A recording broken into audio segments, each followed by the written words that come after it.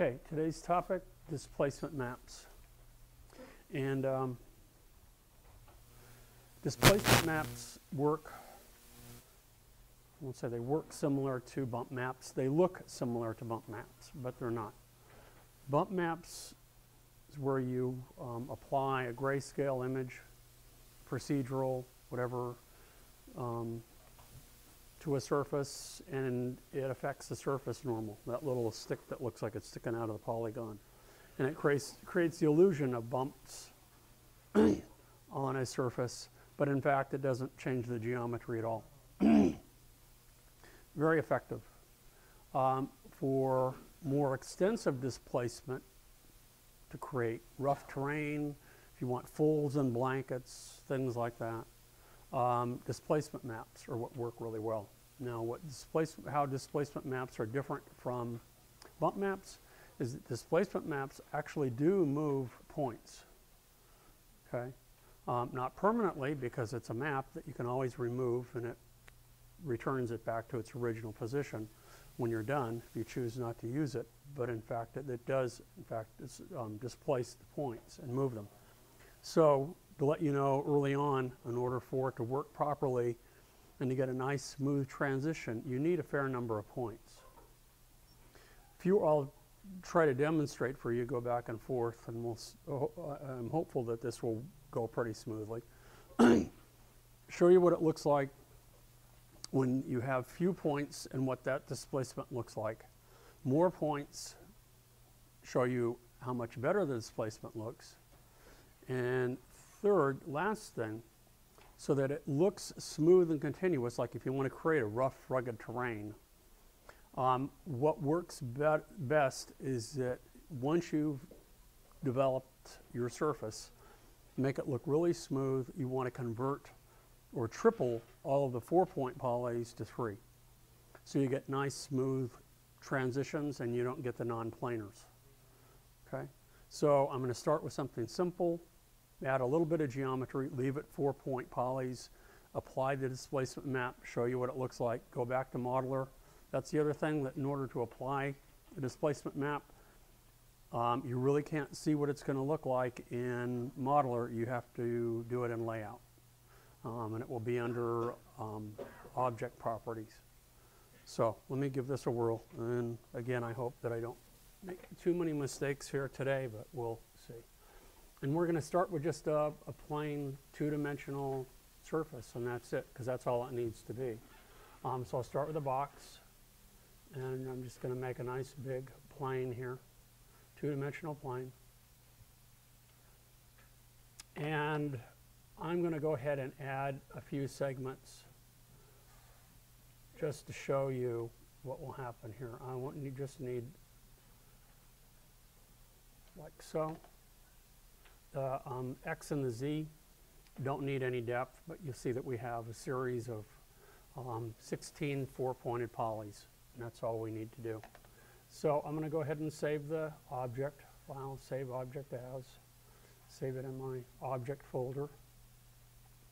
I'm going to call it displacement demo. And let's go to the desktop and make sure that it's in my content folder. Okay, now with it saved, I can send this over to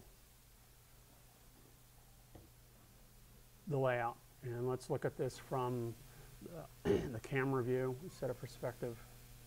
And that doesn't help us a whole lot. So let's make sure that we have the camera selected. Hit T for move, and I can move this down a little bit. So, and let's rotate it so I can look down on this. And T for move again, so I can zoom in. I can get a better shot of how this thing is going to look. Okay? So, just a plain ordinary 2-dimensional surface. Now what I'll do is select the object and look at object properties. And you'll notice under all of these tabs, we have geometry and render and edges and lights, and the one that we're concerned with is the deform tab. And you'll notice it says displacement map, T texture. We can also add displacements from down here too. It really doesn't matter. We can do it from here, Okay. And one of the displacements that we've used before has been SAS Light. Okay. But what we're going to do is use the displacement map. We're going to click T for texture and enable bump from here. This is a good place to do it right here. So we need to determine the displacement, whether you want it a meter, half a meter, whether it's in centimeters and inches, feet, whatever. But before I do, I'm going to click here for T for texture. We can apply an image map, or we can apply a procedural. For right now, I'm just going to apply a procedural. So instead of image, I'll select procedural. And the first one here, the turbulence, is good. Nice range of lights and darks that even looking at it in grayscale here, you get the sense that it would be a good for a topographical kind of map. Okay, so close that. And you'll see already it's starting to affect this. And notice that it's moving up and down a little bit. We have this distance. It says 0 meters. We can go ahead and use the spinner a little bit and increase this a little bit. Let's go up. Let me just go up to 1 meter and see what happens. Not a thing. Okay, let's leave that alone then. Okay, so what we can do is let's go ahead and render this just to see what it looks like. And you'll notice that it doesn't look very smooth, does it? I mean, because it's broken down. We don't have much geometry, 16 polygons total, and they're all 4-pointed polys. So it doesn't really look much like the procedural that we're trying to apply. So let me go to render, render options. I want to see shadows. I don't need to worry about anything else. I also want to make sure that I see the image viewer. That's good. And let's go ahead and render the frame so you can see what's going on here. Pretty quick render. But you can see it's moving them up and down, but it doesn't look, I guess, sort of like folds in a piece of paper, you know, but still not particularly good. So in order to smooth this out to get more of a bumpy, ripply kind of terrain, I need to go back to Modeler. And one of the first things that I'm going to do is I'm going to divide it even further. So we get a really tight mesh, you know, but unfortunately it adds a lot of polygons, but that's okay. So we'll go to multiply, and I'm just going to subdivide. And faceted is just fine. And I'll do that again. I'm going to go ahead and divide.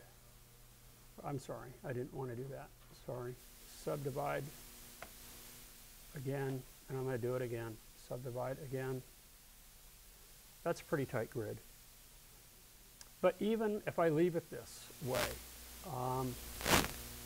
and I can switch back to layout, notice that you see all the individual facets because it's they're 4-pointed polygons. But still, notice how the ripples look even, or the bumps look even more defined now because I have refined the mesh. If I go back again to Modeler and we'll watch this smooth out again, let me go back to Modeler. And what I want to do is I want to triple everything and see how that just cuts everything in half. So now we have 3-pointed polygons. And now when I switch back to layout, notice that this is going to smooth things out. And if it still isn't enough, a couple of other things that we can do. We can bring up the surface editor, and I can make sure under default for whatever surface I'm going to apply, which is something that I should have done earlier. Let me go back to Modeler. And let's call this dirt or something, or terrain, or whatever you want to call it. And I don't want this to be default. And we're going to make this more of a brownish color. Okay. Click OK. Now let's switch back to layout. And let's also smooth it a little bit. And let's see if this helps. Not sure that maybe I have enough geometry even for this. Maybe I need to subdivide it even further. So let's go ahead and render and see what we get here. And it really doesn't work enough. I need even more subdivisions in here. But you can see how, starting with a simple rectangle, you can really exaggerate this considerably. So this could be ripples in fabric. You can apply other procedurals. It could be a rough terrain, and even though it doesn't look much from this distance, but if we zoom in and we get a tighter look, I mean, these little subtle valleys and hills could look like massive mountains. It depends on where the camera is in relation to everything else. So let me go back again to Modeler, and let's subdivide this even further. Let's subdivide again, faceted. Now let's go back. So this is a really tight mesh, lots and lots of polys. Probably what I should have done, let's try this. Let me hit go back again. Let's go back to Modeler. Maybe I didn't need to do that. Let me go back, and I'm going to go ahead and hit Tab. And I'm going to switch back to Layout.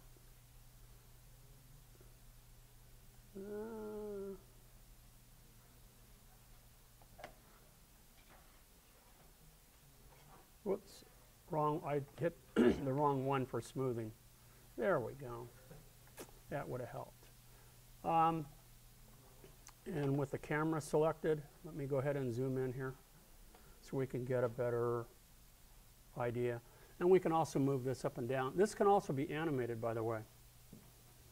So instead of looking like a rough terrain, this could be ripples in a flag. So we could use a different procedural. And then those ripples can move over time, so it looks like a flag is waving, in the wind. Pretty cool. You can add a null object to do that. What do I want to do? I wanted to zoom in a little bit. So let's make sure that camera is selected. Let's zoom in like so.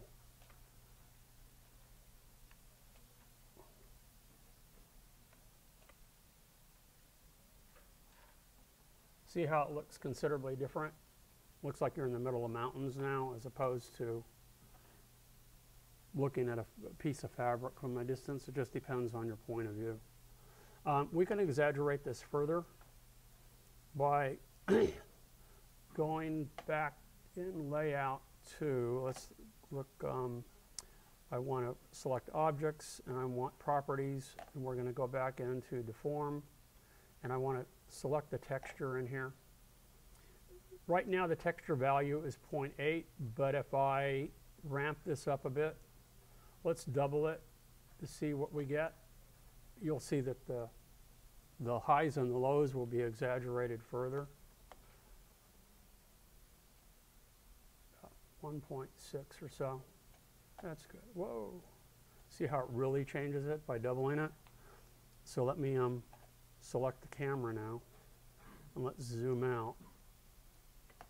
See what I'm doing here. Let me move up. Yeah, see how you really get the sense of mountains now by changing the degree of the texture? Pretty cool, huh? Okay, so what if you don't want mountains? What if you want ripples in a pond? You want wavy kind of flags? Well, we can still use procedurals if we wish, and let's change that. So what I'm going to do is I'm going to find my place here. I'm going to close camera properties for a minute. I'm going to go back to texture, and also make sure the displacement axis, if I switch X, notice that it doesn't do anything. If I select Z, it doesn't do anything, but Y is the direction I want it to displace right now. Instead of turbulence, let's try ripples in pond, and that just looks horrible. So but you have to use the default textures at the moment, and I have to zoom out to see what I'm doing here. Maybe I'll change the color to blue and transparent. So let me, got camera selected. Okay, oh my, that just looks horrible. So what I need to do now is the wave sources, we have 3. That's okay. Texture value is pretty high. Wavelength is fairly large. So what I want to do is just start to dial back all of these considerably to see what happens. I'm just going to set this at 0.5 for the moment. And that's looking better. Let's change the wavelength. So that will change things considerably too. Oh my, let's change it and make it larger. That's probably what we need. Maybe not. What am I doing? Let's go ahead and change this to 1 source instead of 3. And my. What have I done? Texture, wave source, wavelength, wave speed.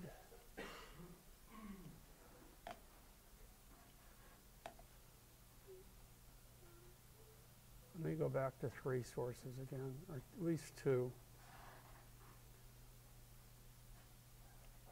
Okay.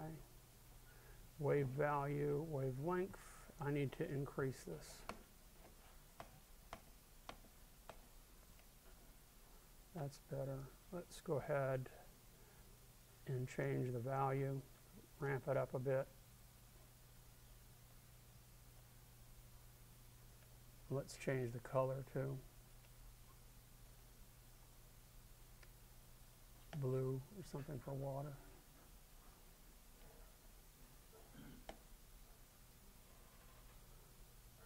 Okay, let's play with this a bit more.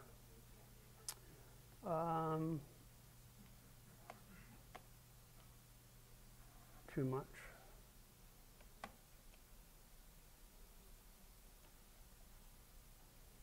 Let's increase the wavelength again. Spread it out a bit. See if that helps at all. And it just might.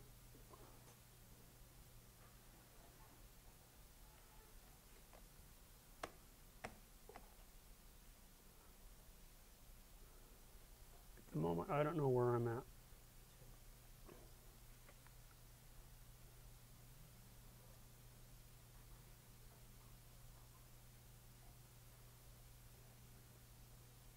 I'm going to render it to see what we get. Doesn't look like much of anything. I don't have the settings right.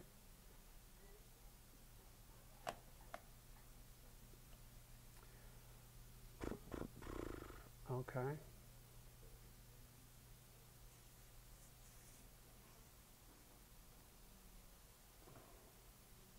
Let's go ahead and reduce the scale on the X and the Z.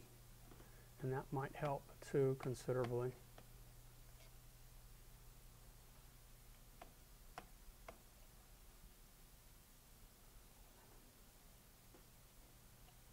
Let's render it again, see where we're at. That doesn't help either. Okay.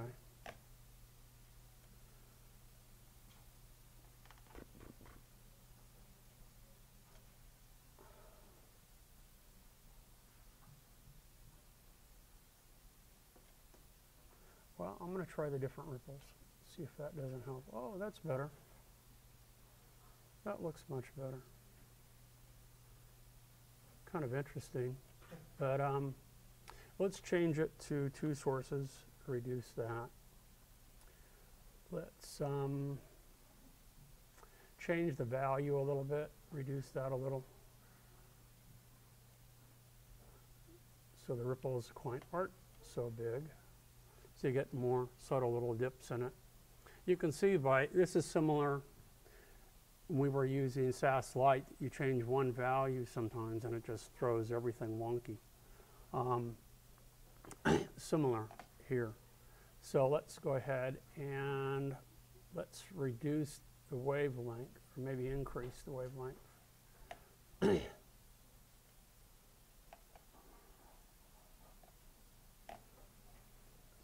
Ahead and change the texture value. Increase the wavelength a little bit. Let's also change the scale along the X and the Z. I'm just spinning it here, hoping for the best while I'm demonstrating this. Trying to make it look like there's just a few ripples, not, you know, like dropping a rock into water. And it's getting closer and closer to that. There we go. So now you begin to see. Okay. And again, this can be animated over time. The value is pretty high. We can change the Y a little bit so that this is a bit smaller, so you get just subtle little ripples.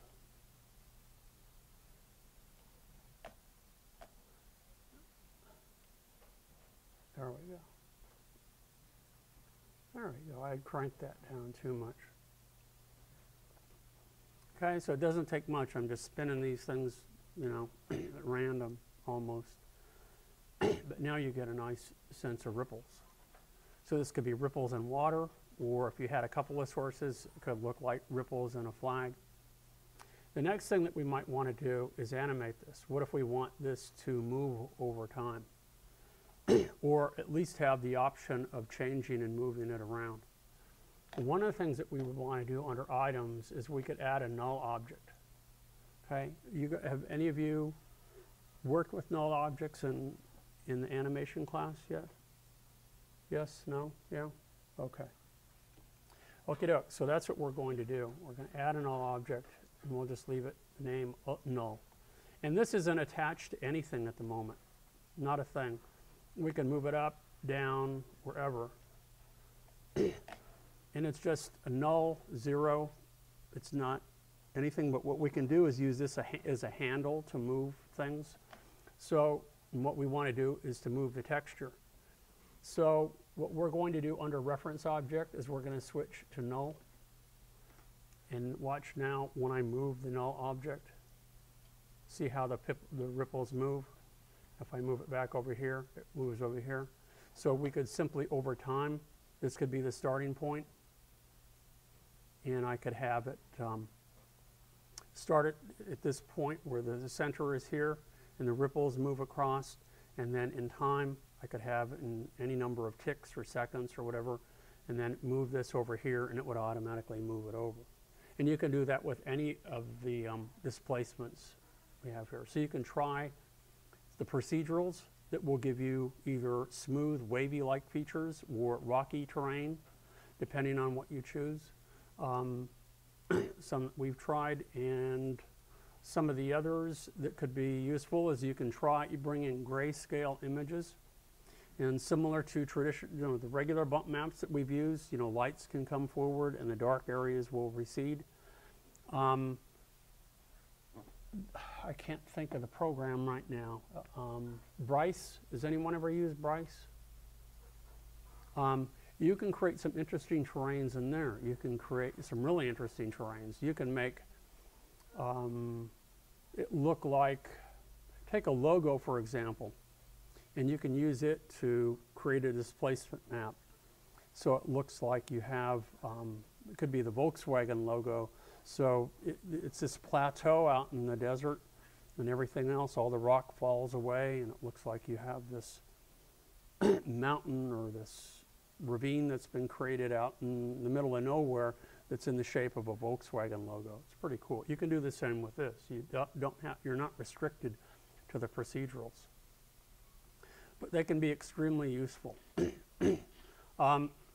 Displacement maps are also useful in animation when you have a character underneath sheets or a blanket or something and you want to indicate movement. All you're doing is you're taking and you're moving that displacement map around. That works pretty nicely. So there's any number of functions that this can have. I think for our class, ripples in fabric or to create terrain can be extremely useful.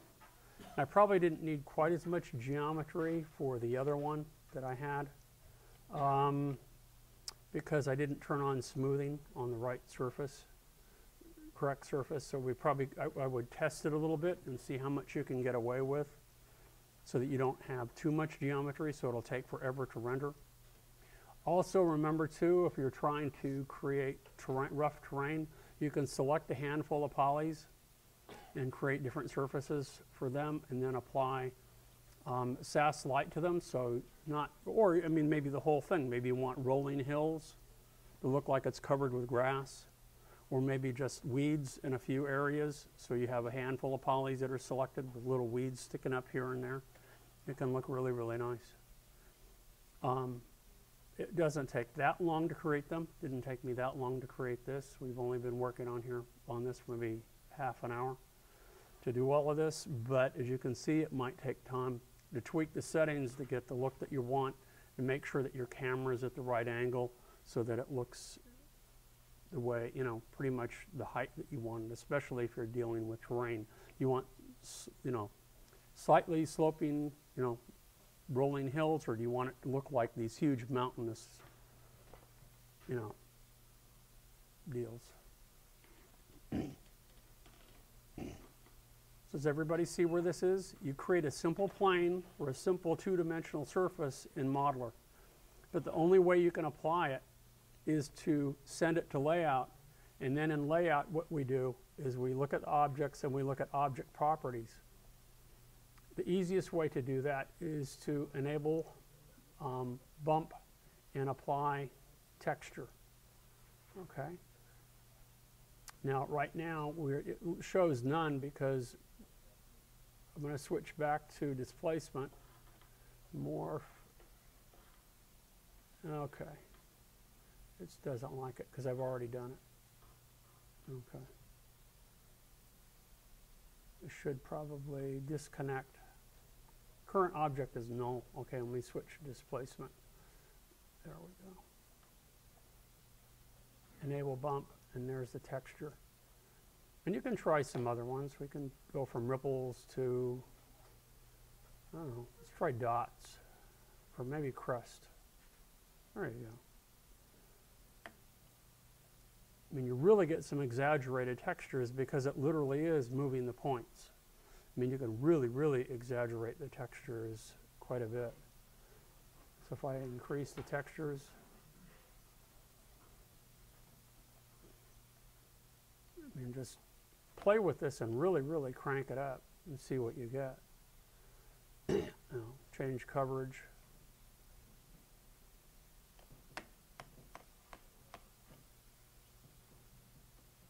It's amazing what you can get from these things.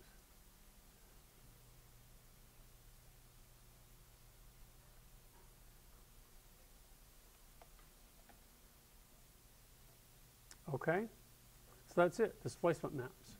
What I will cover on Wednesday will be UV maps. So a different way of applying surface textures to objects, whether it be a box of cereal or the head that you've created, and to be able to apply paint on surfaces and things like that. Okay. Any questions? No? Pretty straightforward? Okay.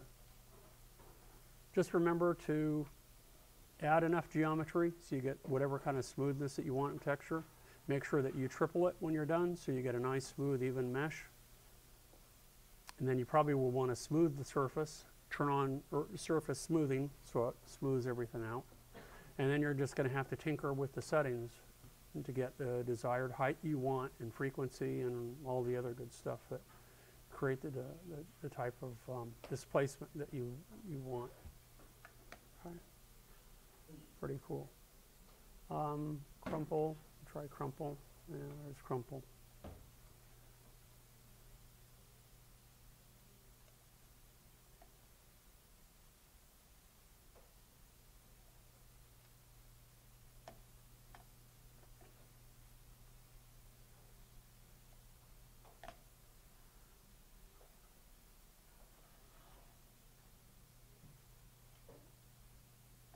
Very good. Okay.